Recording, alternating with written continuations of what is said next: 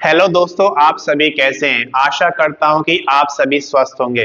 बच्चों, आज इस वीडियो में हम लेकर आए हैं कि RPSC Rajasthan public service commission यहाँ पर लेकर आया है असिस्टेंट प्रोफेसर की बम्पर वैकेंसी, जिसका ऑनलाइन एप्लीकेशन कब से शुरू होगा, लास्ट डेट कब रहेगा, क्या आपको एप्लीकेशन फीस देना है, कितने पदों की संख्या है, क्या क्या डॉक्यूमेंट्स आपके लगेंगे, ये सारा कुछ इस वीडियो में हम डिस्कस करेंगे। वीडियो को अंत तक जरूर देखें। अगर अभी तक आपने चैनल को सब्सक्राइब नहीं किया, सब्सक्राइब करें, वीडियो को लाइक करें और ज्यादा से ज्यादा शेयर करें, ताकि ये वीडियो उन सभी बच्चों के पास पहुंचे जो आरपीएससी के थ्रू असिस्टेंट प्रोफेसर बनना चाहते हैं। तो आइए सबसे पहले यहाँ पर बात करते हैं इसकी प्रारंभिक तिथि की। तो इसके जो ऑनलाइन एप्लीकेशन है वो शुरू हो जाएंगे 12/1/2025 से। अंतिम तिथि की अगर बात करते हैं तो 10/2/2025 यहाँ पे दिया गया है, यानी कि ऑनलाइन एप्लीकेशन 12 जनवरी 2025 से शुरू हो जाएंगे और आप 10 फरवरी 2025 तक उसका ऑनलाइन एप्लीकेशन जमा करा सकते हैं। इसके बाद हम बात करते हैं आवेदन शुल्क की। तो आवेदन शुल्क आपको जो जमा करना है वो 10/2/2025 तक करना है, यानी कि आपको कितना करना है वो कैटेगरी वाइज आप यहाँ पर देख सकते हैं।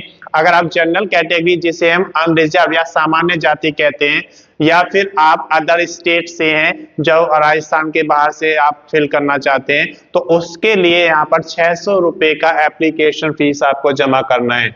अगर आप राजस्थान स्टेट में रहते हैं और अदर बैकवर्ड कास्ट यानी कि ओबीसी, जिसे हम अन्य पिछड़ा वर्ग कहते हैं, बीसी जिसे हम बैकवर्ड कास्ट कहते हैं, एससी जिन्हें हम शेड्यूल कास्ट कहते हैं, या एसटी शेड्यूल ट्राइब जिन्हें हम जनजातीय कहते हैं, इसके अंतर्गत आप आते हैं तो आपको 400 रुपए का एप्लीकेशन चार्ज यहाँ पर देना होगा। देखते हैं कि करेक्शन चार्ज, यहाँ पर करेक्शन चार्ज 500 रुपए रखा गया है। करेक्शन चार्ज जब लिया जाता है जब आप ऑनलाइन एप्लीकेशन को फिल करते समय गलती कर देते हैं और आप उसमें सुधार करना चाहते हैं, तो उसके लिए करेक्शन चार्ज लिया जाता है।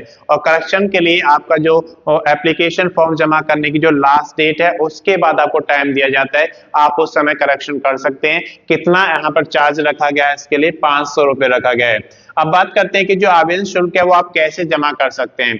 आवेदन शुल्क को आप ई मित्रा पोर्टल पर जाकर जमा करा सकते हैं कैश में, या फिर आप डेबिट कार्ड, क्रेडिट कार्ड या नेट बैंकिंग यूज करते हैं तो उसके थ्रू भी आप इसका ऑनलाइन एप्लीकेशन फीस जमा करा सकते हैं। इसके बाद हम बात करते हैं आयु की, जो कि आपकी 1/7/2025 को कैलकुलेट की जाएगी। 1 जुलाई 2025 को आपकी आयु कितनी होनी चाहिए, 21 वर्ष से 40 वर्ष तक यहाँ पे मांगा गया है। और अगर आप रिजर्व कैटेगरी में आते हैं तो आपको आयु में छूट दी जाएगी। कितनी छूट मिलेगी, आरपीएससी असिस्टेंट प्रोफेसर नियम के अनुसार जो छूट है वो आपको इसमें दी जाएगी। इसके बाद हम बात करते हैं इसके कुल पदों की संख्या की। तो यहाँ पर कुल पदों की संख्या 575 दी गई है, जो कि ऑल ओवर इंडिया के लिए है। आप किसी भी स्टेट में रहते हैं इंडिया में, आप इसके लिए एलिजिबल हैं, आप इसका फॉर्म फिल कर सकते हैं। इसके बाद बात करते हैं हम योग्यता की। तो यहाँ पर मास्टर डिग्री मांगा गया है, आपके पास मास्टर डिग्री होना चाहिए उस सब्जेक्ट में जिसमें आप फॉर्म फिल करना चाहते हैं, लेकिन कम से कम 55% मार्क्स होने चाहिए। और अगर आप रिजर्व कैटेगरी में आते हैं तो उसके लिए जो छूट है आप उसके नोटिफिकेशन में देख सकते हैं, वो आपको मिलेगी। इसके बाद हम बात करते हैं कि मास्टर डिग्री के साथ साथ आपके पास नेट, स्लेट, सेट या फिर पीएचडी होना चाहिए। इनमें से आपने मास्टर डिग्री के साथ कोई भी डिग्री ली हुई है तो आप इसके लिए एलिजिबल हैं और आप इसका फॉर्म फिल कर सकते हैं। डॉक्यूमेंट्स की अगर बात करते हैं तो डॉक्यूमेंट्स की जरूरत पड़ती है जब आप कोई भी ऑनलाइन एप्लीकेशन फॉर्म जमा करते हैं तो उसमें वो डॉक्यूमेंट्स अपलोड किए जाते हैं। कौन कौन से डॉक्यूमेंट्स अपलोड होते हैं तो वो यहाँ पर देख सकते हैं। एलिजिबिलिटी में क्या आते हैं डॉक्यूमेंट्स आपके, जैसे योग्यता यहाँ पर मांगी गई है आपसे मास्टर डिग्री, तो आपके पास मास्टर डिग्री के सर्टिफिकेट्स और उसकी स्कैन कॉपी आपको रखना है। उसके साथ साथ आपके पास नेट, स्लेट, सेट या पीएचडी जो भी आपने किया है उसका भी स्कैन कॉपी करके आपको रखना है। अब बात करते हैं इसके बाद डॉक्यूमेंट्स में जो एलिजिबिलिटी में आता है आपका डोमिसाइल सर्टिफिकेट। अगर आप किसी स्टेट में रहते हैं उसका डोमिसाइल सर्टिफिकेट आपके पास होना चाहिए और उसकी स्कैन कॉपी आपको रखना है। अगर आप रिजर्व कैटेगरी में आते हैं तो कास्ट सर्टिफिकेट आपके पास होना चाहिए, उसकी स्कैन कॉपी आपको रखना है। इसके बाद हम बात करते हैं आईडी प्रूफ की। तो आपके पास वैलिड आईडी प्रूफ होना चाहिए, वैलिड एड्रेस प्रूफ होना चाहिए, एक फोटो होना चाहिए आपके पास A4 साइज, और उसकी स्कैन कॉपी भी आपको रखना है। तो एड्रेस प्रूफ और आईडी प्रूफ का स्कैन कॉपी रखना है, फोटो का स्कैन कॉपी रखना है और सिग्नेचर का भी स्कैन कॉपी आपको रखना है। सिग्नेचर आप एक पेज पर सिग्नेचर करेंगे और उसका स्कैन कॉपी आप अपने पास रखेंगे। तो ये सारे डॉक्यूमेंट्स आपके पास रेडी होने चाहिए। जब आप इसका ऑनलाइन एप्लीकेशन जमा करेंगे तो सभी की स्कैन कॉपी आप रखेंगे तो वहां से अपलोड कर सकते हैं।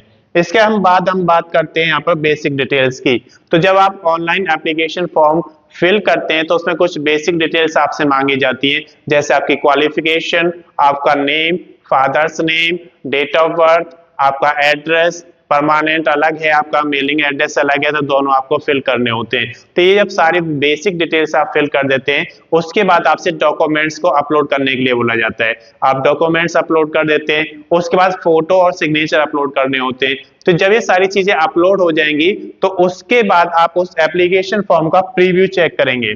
प्रीव्यू चेक करने से एक बेनिफिट मिलता है कि अगर कोई गलती वहां पर होती है तो आप उसे पकड़ लेंगे और उस गलती को आप सुधार सकते हैं। लेकिन अगर आपने बिना प्रीव्यू चेक किए फाइनल सबमिशन कर दिया तो आप उसमें करेक्शन नहीं कर पाते और यहाँ पर करेक्शन करने के लिए चांस दिया गया है, जिसके लिए अलग से चार्ज 500 रुपये लिया गया है। तो इसलिए उस गलती को सुधारने के लिए आपके पास प्रीव्यू में मौका होता है। अगर प्रीव्यू में आपको लगता है कि सारी डिटेल्स आपने जो फिल की है वो सही है तो आप उसका फाइनल सबमिशन कर देंगे। फाइनल सबमिशन होने के बाद आप उसका प्रिंट आउट निकालेंगे। प्रिंट आउट लेने से एक बेनिफिट हो जाएगा कि जब आप भर्ती में आगे बढ़ेंगे तो आपके पास सारा रिकॉर्ड रहता है, डॉक्यूमेंट्स आपको आगे रेडी रखने, वो सारी डिटेल्स आपके पास होती है। तो जब प्रिंट आउट हो जाएगा तो उसको आप अपने पास रखेंगे। इसकी अगर अधिक जानकारी आपको लेनी है तो आप उसके लिए आरपीएससी का जो असिस्टेंट प्रोफेसर का एडवर्टाइजमेंट नंबर यहाँ पे दिया गया है 2024 का, उसे पढ़ेंगे तो इसके सारी डिटेल्स आपको मिल जाएगी। मैं समझता हूँ कि ये जानकारी आपके लिए पर्याप्त है। अगर अभी तक आपने चैनल को सब्सक्राइब नहीं किया, सब्सक्राइब करें, वीडियो को लाइक करें और ज्यादा से ज्यादा शेयर करें ताकि ये वीडियो उन सभी कैंडिडेट्स के पास पहुंचे जो आरपीएससी में असिस्टेंट प्रोफेसर का फॉर्म फिल करना चाहते हैं। धन्यवाद।